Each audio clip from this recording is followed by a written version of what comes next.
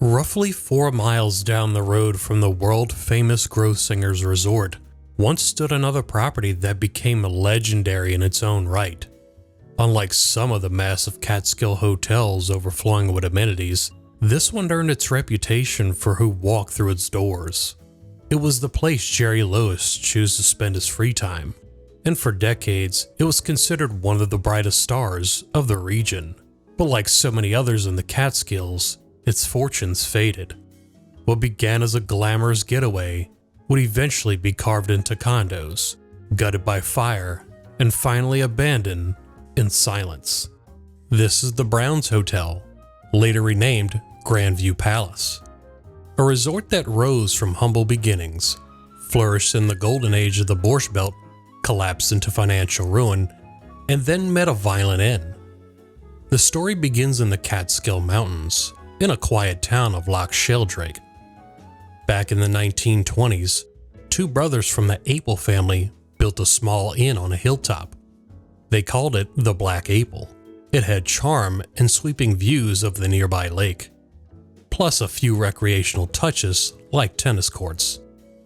20 years later, a man named Charles Brown, already active in the hotel trade, bought the property for $70,000, about $1.2 million in today's money.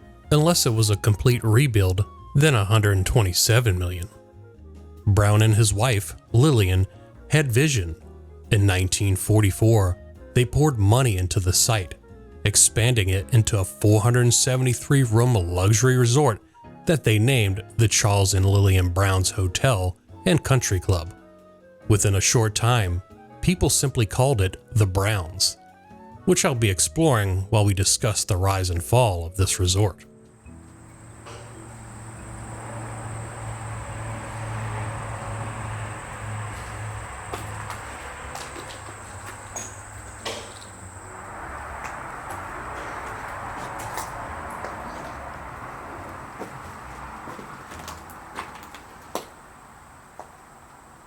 I think I heard something downstairs.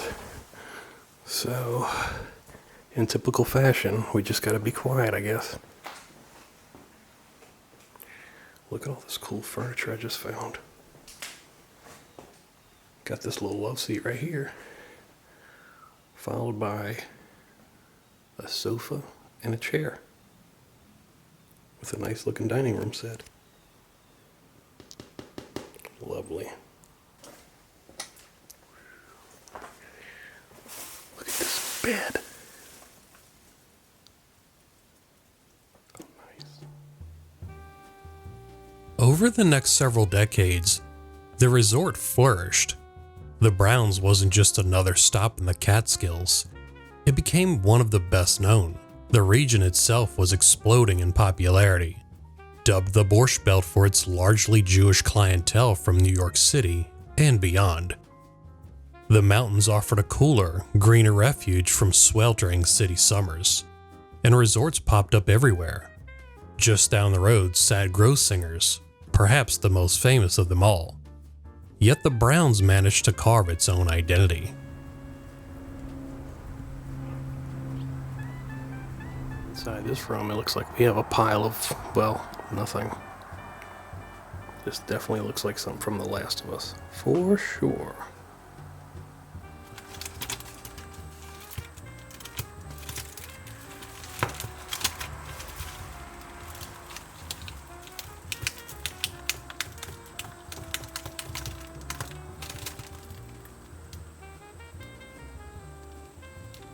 The Browns seemed to struck a balance, an approachable, family-friendly resort, with just enough glitz to draw celebrities.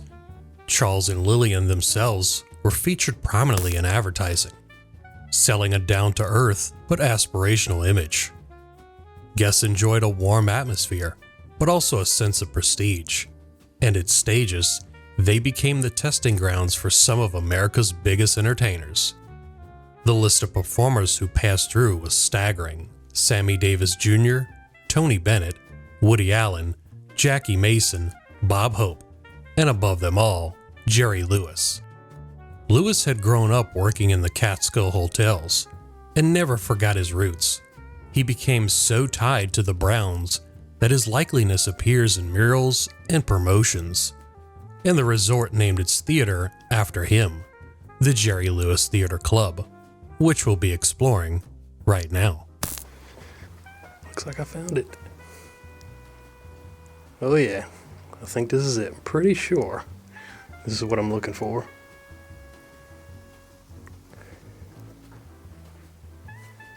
This room is a freaking mess. Like, there's really nothing left in this room at all.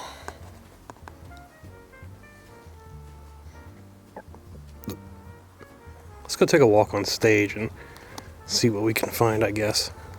This place is really not beautiful at all, but if you could look past the debris and decay, you can kind of see how beautiful this place would have been. Oh man, now that's beautiful. Look at that, huh? There's a nice chandelier.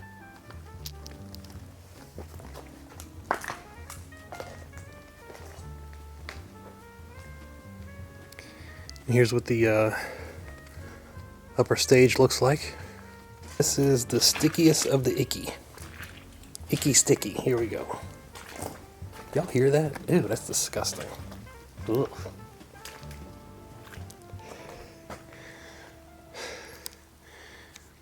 There's that magical chandelier. Nice.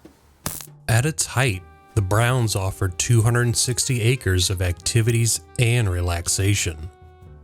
Visitors found manicured flower beds along the driveway, sleek modern rooms with private balconies, indoor and outdoor pools, and stylish additions like the Beverly Hills Wing, inspired by California design.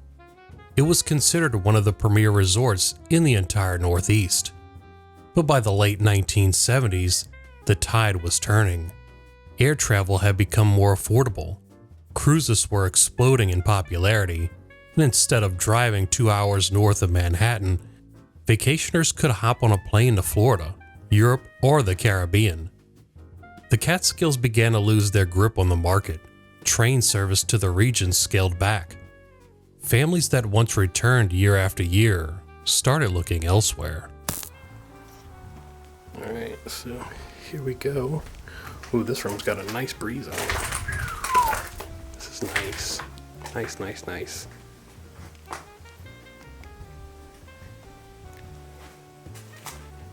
Lovely breeze. That's a nice airy sofa. Looks like something you would see in like a Florida condo by the beach or something. But we're nowhere near Florida. I wish I was. Anybody want to go with me to Florida? By 1978, Charles Brown died. The resort passed fully to Lillian. She did her best to keep it alive, but occupancy numbers continued to slide. By the early 1980s, the Browns was planning new ideas to adapt. In 1985, they announced the Inner Circle, 162 luxury townhomes on the property, catering to loyal guests who wanted to purchase a slice of the resort. Timeshares and vacation homes were trendy concepts at the time, and other resorts like Grossinger's were trying similar approaches. But changes were brewing. Lillian, now in her 80s, eventually stepped aside and passed leadership to her grandson. The move was intended to reassure banks and investors that the hotel was in capable hands. In reality, it was already too late. The resort's size was overwhelming, maintenance costs skyrocketed, and younger generations simply weren't coming to the Catskills anymore. By July of 1988, the Browns filed for bankruptcy, owing more than $1 million to over 200 creditors. That summer, the operators boasted of strong bookings. Nearly every one of its 570 rooms filled, but the seasonality of the business was killing it. When fall arrived, the resort closed its doors. Soon after, it was in foreclosure. The property was sold at auction for $5.3 million. Lillian Brown passed away not long after, marking the end of the founding family's control. A New York development firm purchased the hotel. They poured $2 million into renovations, and reopened it in 1990 under new management. But despite rebranding efforts and a fresh logo, the comeback didn't last. Millions were lost and another bankruptcy followed. Finally, in 1995, a Miami developer bought the site and launched a bold new plan: turn the resort into condominiums. By 1996, the transformation was underway. The complex was renamed Grandview Palace. Nearly 400 units converted from hotel rooms into studios and one-bedroom apartments hit the market starting at $20,000. The response was electric, half sold on the very first day. And those apartments are what I'm standing in right now. It's definitely a master suite of some sort. Yeah, it seems like the ones like at the end of the hall are always the biggest rooms. This is so nice. Look at this furniture. Damn. They was doing it big up in here.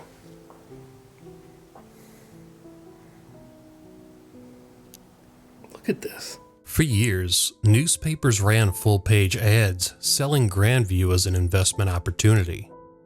Families snapped up the units as vacation homes, while a smaller group lived there full-time. Interestingly, most of the resort's amenities were left intact. The pools, tennis courts, and mini-golf remained. The common areas, the restaurant, even the Jerry Lewis Theater all stood, but rarely used. Residents described it as a strange mix, a condo community inside a shell of an old Catskills resort. The lobbies were still decorated in vintage 1970s furniture, unchanged since the hotel days. Many saw that as part of the charm. But age was catching up to the property. In 1999, an engineering report flagged serious structural deficiencies, exposed wiring, leaking roofs, and violations in the boiler room. Repairs were estimated at over $1.3 million. It wasn't surprising. The core of the complex dated back to the 1920s, with additions layered on over the decades. Maintenance had always been a struggle, and now the condo association faced the same uphill battle. Through the 2000s, complaints mounted. By 2011, inspectors cited repeated violations, especially fire safety concerns. In early 2012, the city warned Grandview that if the issues weren't fixed, the property could be condemned. The condo board promised improvements, sprinklers, alarms, even more security, but progress lagged. Residents defended the complex in letters to newspapers, claiming the bad press was exaggerated. Then came April 14th, 2012. It was a Saturday evening when smoke was first spotted near the boiler room beneath the main building. By 5:20 p.m., the fire alarm sounded. Many assumed it was yet another false alarm, something that had happened before, but this time it was real. Elevators failed. Security guards tried to fight the flames, but the fire spread too fast. And by 6:06 p.m., the blaze was out of control. Wooden structures and decades of flammable material fed the inferno. Flames soared 30 feet into the sky, visible for miles. Firefighters from 3 counties, more than 300 of them, rushed to the scene. Through the night, they battled the unstoppable wall of fire, and by dawn, the devastation was clear. 7 of the 9 main buildings were destroyed, reduced to rubble and ash. The Browns' Grandview Palace was gone. Miraculously, no lives were lost. Only 4 firefighters suffered minor injuries. Still, it was the largest fire in the history of the Catskills.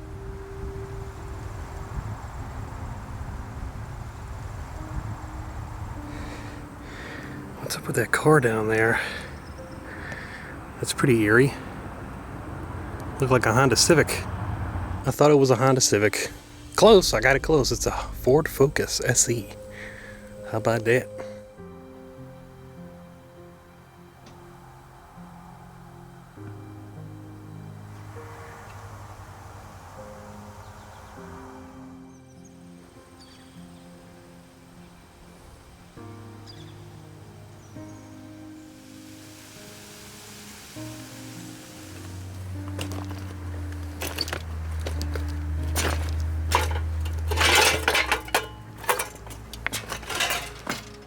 In the days following the fire, residents were allowed back in to collect their belongings. Many found their units looted despite round-the-clock security. The complex was deemed uninhabitable. Families were displaced overnight, and what followed was chaos. Replacement costs guaranteed. We have replacement costs. I'd ask everyone to maintain a civil tone. We don't want to have to close this down. Owners formed fractions, some pushing to rebuild with insurance money, others wanting payouts to walk away, but the insurance company refused to pay. Their investigation found broken sprinklers, non-functioning alarms, incomplete fire coverage, and what they claimed were false statements on applications. The board took the insurer to court, but the battle dragged on for years. Meanwhile, asbestos was discovered in the ruins, leaving a toxic hazard exposed to the air. The condo board, with no funds, resorted to watering the debris to suppress the fibers. Owners were billed $90 per month to cover this stopgate measure, and frustrations boiled over, lawsuits piled up, and nothing moved forward. By late 2017, the court sided with the insurers. In 2018, an appeal failed. Owners still technically held deeds, but in reality, they had nothing. Lifelong savings invested in Grandview evaporated. Some had spent $100,000 on multiple units, now worthless. Talks of suing the board members went nowhere, and many had died since. The ruins stood untouched, and explorers like myself began sneaking in. Incredibly, many condos remained preserved in a bizarre time capsule way. Bids still made, food still in the cabinets, photos still on the walls, and everything frozen in April 2012, slowly decaying under mold, peeling paint, and creepy moss.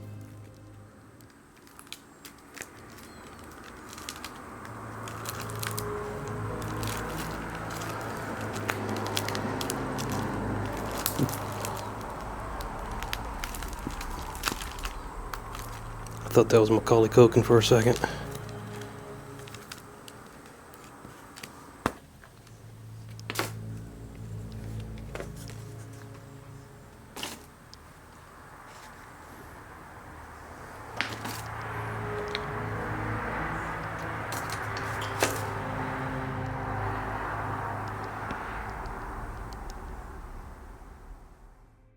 After all of that, the Jerry Lewis Theater somehow survived the fire, though water damage and time were tearing it apart. A once glittering stage, it now rots in silence.